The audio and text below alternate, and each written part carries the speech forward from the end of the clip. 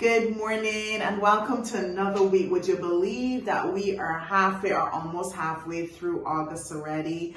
The year is truly going by very quickly, but I'm praying that the Lord is keeping you and prospering you in all of your ways, and that indeed we're learning to depend and trust Him a little more each and every day. Last week we looked at James chapter 1 verse 19 and 20, and today I want to go back to verse 20 and kind of meet that out a little more.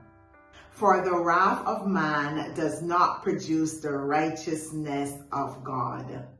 There was a time that I interpreted this scripture to mean that if there's the wrath of man doesn't produce the righteousness of God, then the wrath of God produces His righteousness. And that's not necessarily the case, because from studying the word wrath and understanding what that word means, it is referring to a final judgment. It is referring to a violence. It's referring to an indignation. It is referring to a vengeance and punishment, that final punishment for those who live in disobedience to God. And that is reserved for God and God alone. None of us have the right to exact wrath on anyone, no matter how displeased we may be about a matter. None of us have the right to do that in any way. In Romans 12:19, it also tells us that vengeance belongs to God, that He will repay, that we are supposed to give place to Him. It is not for us to exact wrath. It belongs to God, and it is about that final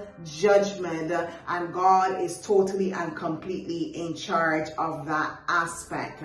So therefore, as Romans tells us that vengeance belongs to God and we're supposed to give place to that wrath, we should have confidence in God. And I believe that when we have confidence in God, knowing that He is not just sitting there watching us go through trials and tribulations and being treated unfairly and suffering, that He's not just sitting there and allowing these things to happen for people to kind of walk over us, but He is watching and He is waiting and He is working on our behalf. And He's building something in us, and He is also going to deal with those persons or those situations.